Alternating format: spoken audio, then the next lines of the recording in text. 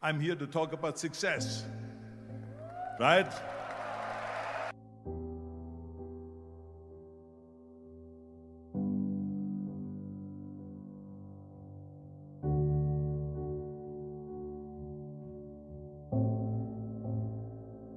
The first rule of success is to have a vision.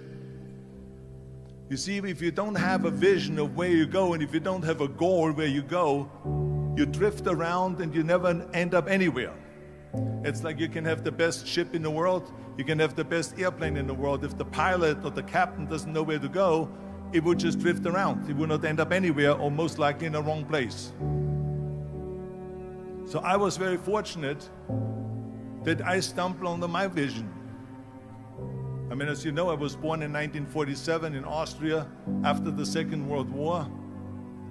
And I didn't really like Austria when I grew up. I couldn't wait to get out of there.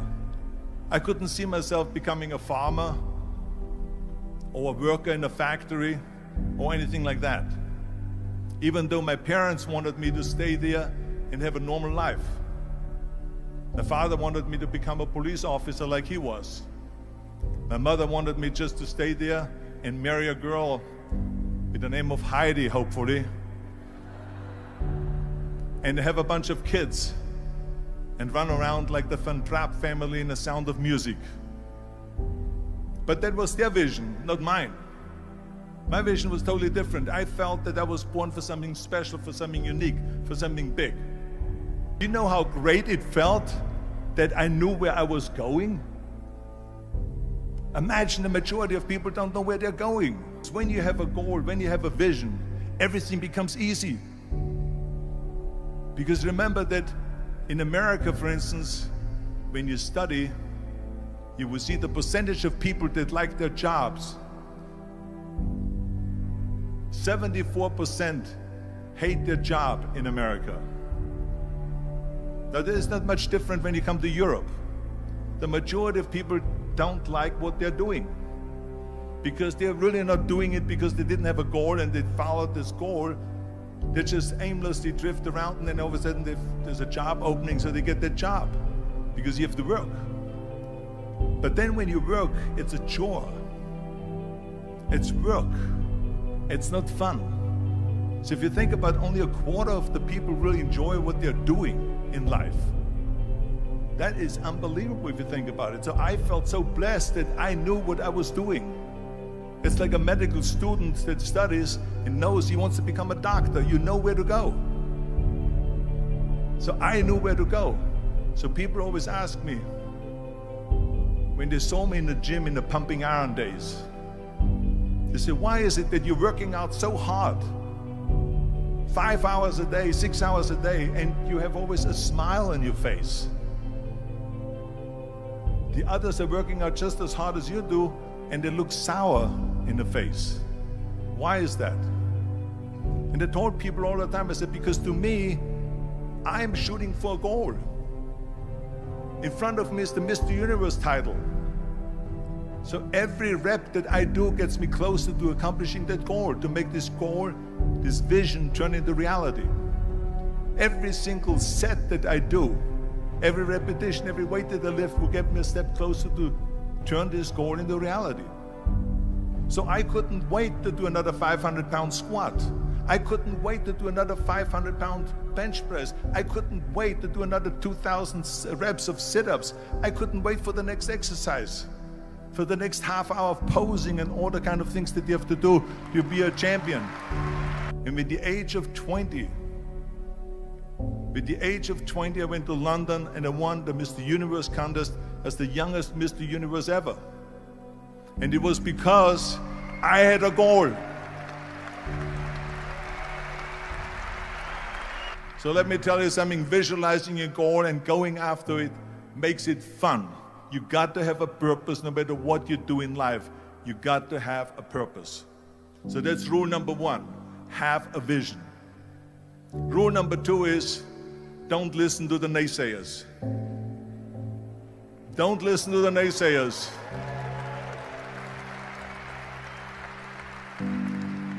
Everything I ever did, the thing that I heard out of people's mouth was, that's impossible. that can't be done or no. So whenever someone said to me, it can't be done, I heard it can be done. When they said no, I heard yes. And when they said it's impossible, I heard it is possible. I'm a strong believer of what Nelson Mandela said, that everything is always impossible until someone does it. Well, I'm going to be the one, I said to myself, I'm going to do it and I'm going to show it to them. Maybe it has never been done before. That's perfectly fine with me. But I'm going to do it. And I did not listen to the naysayers. The next thing, the third point that I'm going to make to you is, before we sit down with Jürgen and talk about the rest of the three, is work your ass off. There is no magic pill. There is no magic out there. You cannot get around. You have to work and work and work. And it drives me crazy when people say that they don't have enough time to go to the gym for 45 minutes a day and work out, or to do something for 45 minutes to an hour a day to improve, if it is physically improve or if it is mentally to improve. Imagine you read 1 hour a day about history.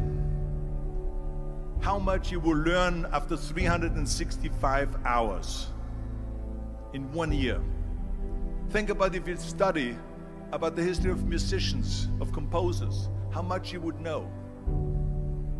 Imagine if you would work on a business, on some business that you want to develop every day for an hour. Imagine how further along you will go and get. So it drives me nuts because we have, when people say we don't have the time, we have 24 hours a day.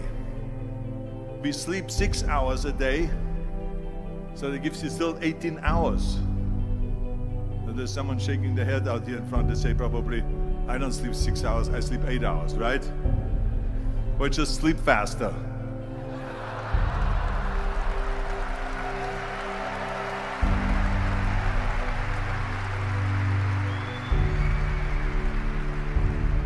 So we have 18 hours a day. The average person works around 8 to 10 hours. So let's assume it's 10 hours, so we have 8 hours left. Then you travel around an hour a day, maybe 2 hours a day. So now you have still 6 hours left. So what do you do with these 6 hours? What do you do with these 6 hours? Then we eat a little bit, then we schmooze a little bit,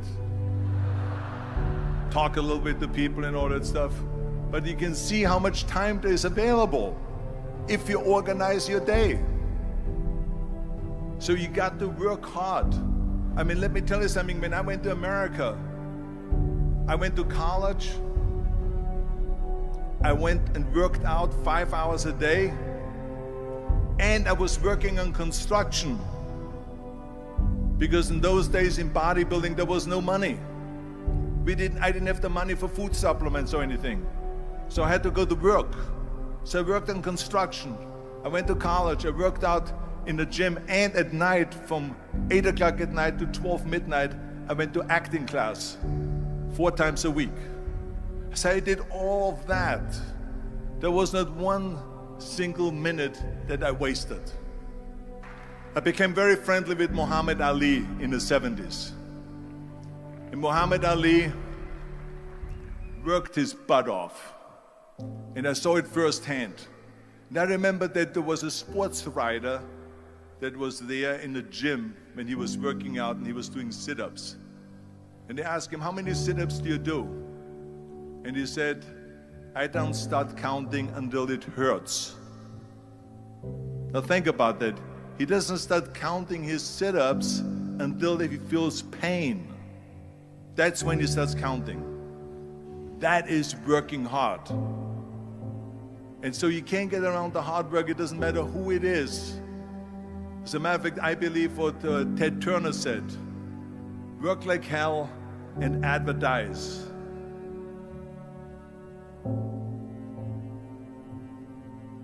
You get it?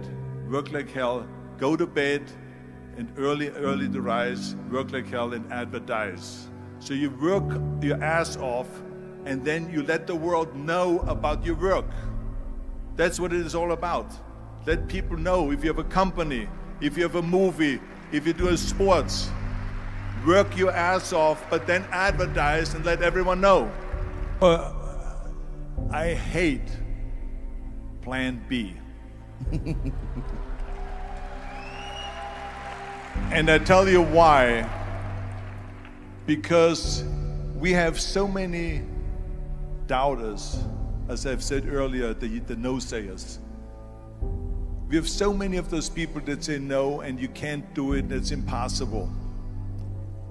That is okay because we just turn off, as I said earlier, and we listen and we hear the no being a yes. You can't do it, you can do it, and all of that. So that is possible to do that amongst all the negative people around you. But when you start doubting yourself, that's very dangerous. Because now what you're basically saying is that if my plan doesn't work, I have a fallback plan, I have a plan B. And that means that you start thinking about plan B, and every thought that you put into plan B, you're taking away now that thought and that energy from plan A.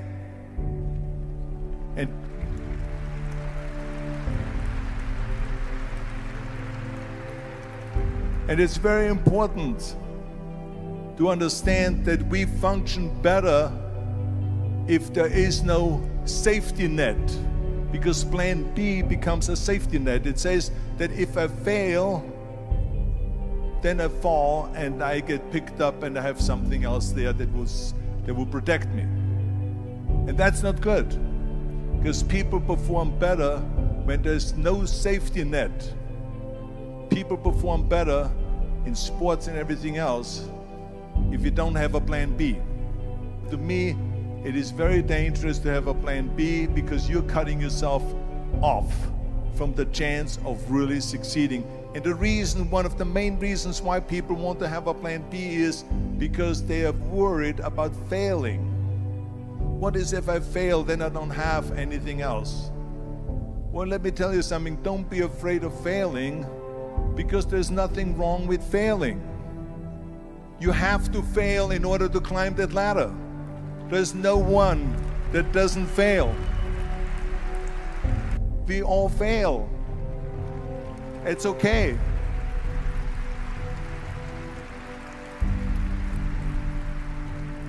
What is not okay is that when you fail, you stay down.